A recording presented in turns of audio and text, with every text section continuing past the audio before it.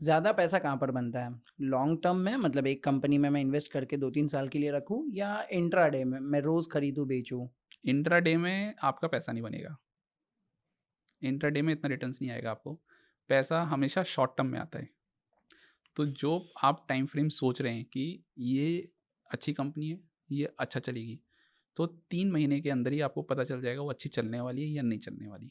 हुँ। अगर वो अच्छी चलने वाली होगी तो 3 महीने में चल जाएगी।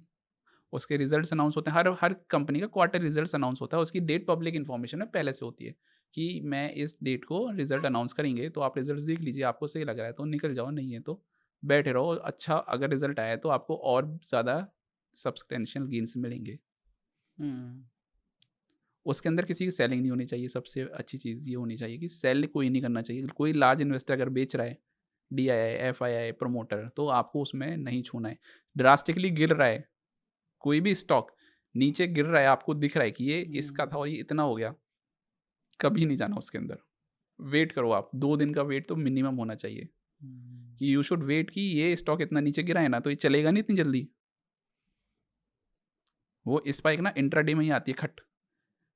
शॉर्ट टर्म में इतनी जल्दी खट स्पाइक नहीं आएगी, आपको वेट करना पड़ेगा for at least 2 to 3 days buying opportunity का। वो गिरेगा और गिरेगा भी वो। फिर करेक्ट। आप घुसिए उसके अंदर, क्योंकि तब तक वो एटलीस्ट 20% तो गिर चुका होगा। जब आपने फर्स्ट डे देखा तो 8% गिरा, नेक्स्ट डे देखोगे तो 4% गिरेगा, उसके हुँ। नेक्स्ट डे देखोगे तो 1% गिरेगा। फिर आपको जब दिख गया कि वो 13% हो गया मेरा टोटल, अब मैं इसके अंदर जाता हूँ। हुँ। You should wait for at least 3 days once a stock is falling and you are watching it. Investment full time job है या पार्ट टाइम जॉब है? क्योंकि कभी-कभी कुछ लोग ऐसे भी रहते हैं जो शायद जॉब कर रहे हैं, कुछ काम कर रहे हैं, अपना खुद का बिज़नेस कर रहे हैं और साथ में कहीं इन्वेस्टमेंट करते हैं। और कुछ लोग रहते हैं जो मॉर्निंग 9 टू 3 कंप्लीटली उधर ही बैठे रहते हैं, रिसर्च करते रहते हैं। हुँ।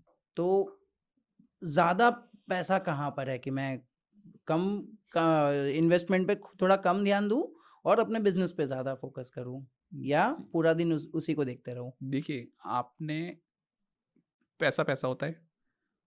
आपने कोई गँवाने के लिए तो पैसा लगाया नहीं था उसके अंदर। हुँ। आपको रिटर्न्स चाहिए। वो पैसा किसका है? आपका है, मेरा नहीं है या किसी हुँ। और का नहीं है। तो या तो आप कोई एडवाइज़र रखिए, साथ में कोई जिसको सेबी रेगुलेटेड हो या फिर नॉलेज हो अच्छी खासी, जो डेली उसको वॉच कर रहा है। तो उसके अंदर पैसा बनेगा आपका, जो आपको इन्फॉर्मेशन पास ऑन करे, जो डिसीज़न ले सके सही टाइम पर कि भई इसके अंदर से निकलना है या आपको बैठने रहना है। हुँ। तो पैसा बनेगा। नहीं तो क्या होगा कि आपका पैसा है, आप जानो, लॉस हो गया तो लॉस हो गया। करेक्ट।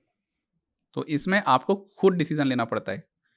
आप जॉब कर रहे हैं, आप पैसे कमा रहे हैं, आपने वो आपकी मेहनत ही कमाई है, जो आपने खुद अपने मेहनत से पैसे पैदा किए हैं और वो आपने दूसरे को दे दिए हैं कि आप मेरा पैसा अब और बढ़ा के दो। अगर वो नहीं बढ़ रहा है तो आपको अपना फुल टाइम देना ही पड़ेगा उसके लिए। हुँ। फुल टाइम नहीं तो एटलीस्ट 30 मिनट्स या 5 मिनट्स तो दीजिए। कंपनी का गूगल डेटा पे रिसर्च कर ही सकता है कोई भी बंदा। हुँ। भाई आपको अगर कोई सपोज़ आपने स्टॉक खरीदा, आपको क्या करना है? खाली गूगल पर फ़ोन खोलना है, किसी को इंस्टाग्राम देखने से पहले आप खाली गूगल पर रिसर्च कर लीजिए। आपको टॉप न्यूज़ फर्स्ट टाइम मिल जाएगी। पहले पेज पे ही मिल जाती है, आपको पता चल जाएगा डेली बेसिस पर इसकी पॉज़िटिव न्यूज़ है या नेगेटिव न्यूज़ है। हुँ। डेली मिलता है ये, कभी भी आप चेक कर सकते हो। ये सारी न्यूज़ बिकाऊ नहीं होती है? पब्लिक में न्यूज़ आपको आइडेंटिफ़ाई करनी पड़ती है। न्यूज़ तो न्यूज़ होती है, बिकाऊ नहीं होती कोई। क्योंकि मैंने बहुत बार ये भी देखा है कि कुछ ऐसे हमारे इंडिया की टॉप 1, 2, 3 चैनल्स हैं, जो शायद आपके पास कुछ पैकेज डील कर लेती है कि ठीक है, आपकी कंपनी का हम ऐसा प्रमोशन करेंगे, आप इतना रुपया दे दो। देखिए वो होता होगा, उसके ऊपर मैं कमेंट नहीं करना चाहता। वो होता होगा, वो उनका खुद का एथिक्स है, वो जो करना चाह रहे हैं। लेकिन नॉर्मल केस सिनेरियोज़ में ऐसा नहीं होता। हुँ। किसी एक अब डेली तो वो किसी को नहीं बोल सकते ना कि तुम मुझे पैसा दे दो, डेली तुमको पैसा मिलता जाए, क्योंकि उनको अपना चैनल भी चलाना है। तो न्यूज़ बिकाऊ नहीं होती। और न्यूज़ हुँ। कौन-सी होती है, जो आपको पब्लिक डोमेन इन्फॉर्मेशन से आ रही, ना कि चैनल से आ रही। करेक्ट। मैंने आपको क्या बताया, एक्सक्लूसिव खबर पर कभी नहीं जाना। हुँ।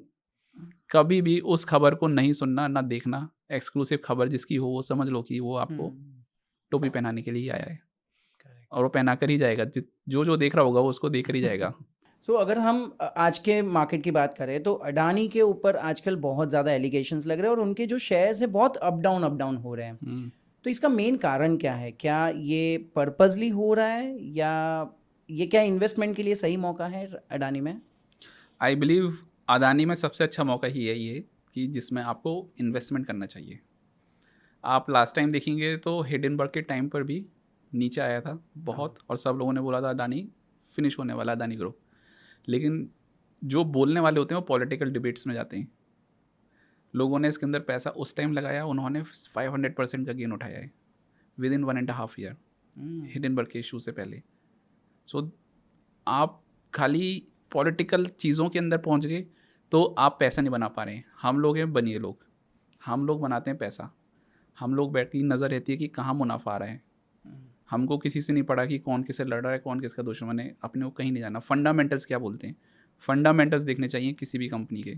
उनके पास आज की रेट में जब एनर्जी सेक्टर के अंदर सबसे बड़ी कंपनी पावर की वो ही है, इंपोर्ट्स उनके पास है सबसे बड़े, माल आएगा उनके पास सबसे पहले आएगा, उनके पास हर चीज़ का बैकवर्ड इंटीग्रेशन है, फॉरवर्ड इंटीग्रेशन है। वो कंपनी कहाँ जाएगी? वो कहीं नहीं जाने वाली। आपको लग रहा है वो गई क्योंकि पॉलिटिक्स में आप पड़ गए। आप देख रहे हैं दूसरे चैनल्स जो आपको नहीं देखने चाहिए थे। आपको न्यूज़ पर अफेक्ट करना चाहिए कि ये गिर गया, मुझे इस बंदे पर भरोसा, ये चलेगा ही चलेगा। और आप देख लीजिए चल के दिखाया उन्होंने। हिंडनबर्ग में उन्होंने 500% का रिटर्न दिया है। आज की डेट में भी इतना शेयर नीचे आ गया, उसके बाद भी आप 1.5 ईयर्स पहले की बात है हिंडनबर्ग की, तब उनका रेट जो था वो 400 रुपये के आसपास आ गया था। आज इतने ख़राब सिनेरियोज़ में जहाँ पर उनके ऊपर इतने एलिगेशंस लगे हुए हैं, वो एलिगेशंस पर उनका रेट भी 225% अप है। किसी भी स्टॉक का आप उठा के देख लीजिए उनका। वो पता है क्यों? क्योंकि जो लार्ज इन्वेस्टर्स हैं ना, उन्होंने नहीं बेचा है। जो रिटेल इन्वेस्टर्स हैं, जो हम जैसे और आपके जैसे जो घबरा गए और उनको लगा अरे ये तो ख़त्म होने को आ गया, वो निकल गए। और अब जो आएंगे ना, एंट्री मारेंगे, वो पैसा बनाएंगे। तो यही सही मौका है। ये सही मौका है इन्वेस्टमेंट का। This is the right opportunity at this moment to invest in Adani group shares. और उसमें भी आपको आइडेंटिफाई करना पड़ेगा किस कंपनी के अंदर हमको सबसे ज़्यादा स्कोप लग रहा है। एंड ये जो एलिगेशंस लगे हैं, क्या ये इतने सच हैं या फिर इसके पीछे कोई और प्लानिंग है, ये आपको खुद देखना पड़ेगा। यू हैव टू थिंक कि इस टाइम ही क्यों हुआ ये सब। पहले भी हो सकता था। अदानी ग्रीन पर ही क्यों हुआ?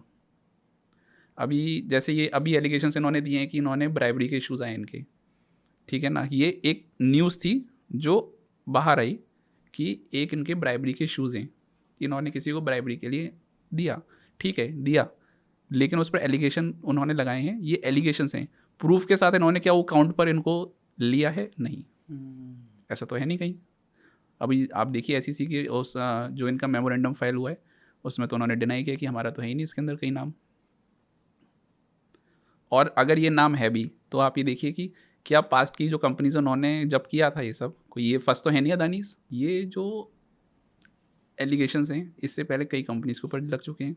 आप देखिए TCS के ऊपर लग चुके हैं, L&T के ऊपर लग चुके हैं, कॉग्निजेंट की आप शायद केस आपको भूल गए होंगे, मैं याद दिलाता हूँ। 2013-15 में उन्होंने कैंपस बनाने के लिए कॉग्निजेंट को ब्राइबरीज के चार्जेस हैं। उसमें उनके एक कॉग्निजेंट का एक फॉर्मर एम्प्लॉय है, उसने सीधे सीधे बोला है कि इसके अंदर जो L&T के चेयरमैन थे वो इन्वॉल्व हैं। US जो SEC है, उन्होंने SEC है जो उन्होंने इनको बुलाया हुआ है टेस्टिमोनी के लिए कि आप हमारे यहाँ आइए और टेस्टिमोनी दीजिए। उस टेस्टिमोनी में उन्होंने गलत बोला है कि मैं इन्वॉल्वमेंट नहीं था। अब वो दोबारा बुलाना चाह रहे हैं, वो नहीं जा रहे। तो ये कोई फर्स्ट टाइम नहीं हुआ है इंडस्ट्री के अंदर। चार्जेस लगते हैं L&T के ऊपर, इससे पहले के भी चार्जेस हैं। इनकी दूसरी भी कंपनीज हैं उनके ऊपर हैं। आप इन्फोसिस को देख लीजिए, इन्फोसिस के ऊपर हैं वीज़ास को लेकर, जिसमें अभी ट्रंप ने किया था, ये तो लेटेस्ट है। तो ये कोई फर्स्ट टाइम नहीं हो रहा कि किसी को ब्राइबरी के एलिगेशंस की हम बात कर रहे हैं।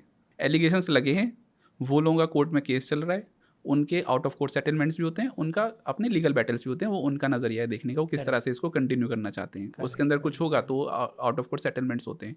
इन्फोसिस ने पहले किया हुआ है, पहले भी TCS ने पहले किए हुए हैं, वो लोग करके बैठे हैं सब पहले से ही, कोई नया इशू नहीं है। और आज की रेट में भी देखिए इन्फोसिस खड़ी हुई है, सबसे अच्छी कंपनी है। TCS सबसे अच्छी कंपनी है, L&T से अच्छी कोई कंपनी नहीं है। इनफैक्ट इंफ्रा के अंदर L&T से बड़े कोई प्रोजेक्ट्स ले नहीं रहा। सबसे अच्छी जो मैं आज की रेट में इंफ्रा कंपनी में देखता हूँ, L&T के अलावा कोई और कंपनी में इतनी ताकत नहीं है। टाटा प्रोजेक्ट्स को ले लीजिए, उनके पास इतनी ताकत नहीं है कि वो इतने बड़े प्रोजेक्ट्स जो new projects in government announce करती है, उसको ले पाएँ। हम्म। एग्जीक्यूशन तो बहुत दूर की बात है। तो हमको ये देखना पड़ेगा कि वो अदानी जी करते क्या है, बेसिकली उनका बिजनेस मॉडल क्या है। उनका बिजनेस मॉडल पीछे backward integration, forward integration particular industry को लेकर है। 85% of the revenue is coming from infra sector only. उसके अंदर उनकी यूटिलिटीज़ हैं, उसके अंदर उनके पोर्ट्स आते हैं, उसके अंदर एनर्जी सेक्टर आता है। वो बैकवर्ड इंटीग्रेशन करके सब चीज़ों को लेकर बैठे हुए हैं, इसलिए वो इतने बड़े हैं। और अगर आज की डेट में अदानी को कुछ होता है या एलिगेशंस लगते हैं तो उसका नुकसान सीधे सीधे इंडियन इन्वेस्टर्स के ऊपर है। इंडिया की इमेज ख़राब होती है वहाँ पर, क्योंकि इंफ्रा जो है ना, वो इंफ्रा डेवलप हो रहा है हमारी कंट्री का।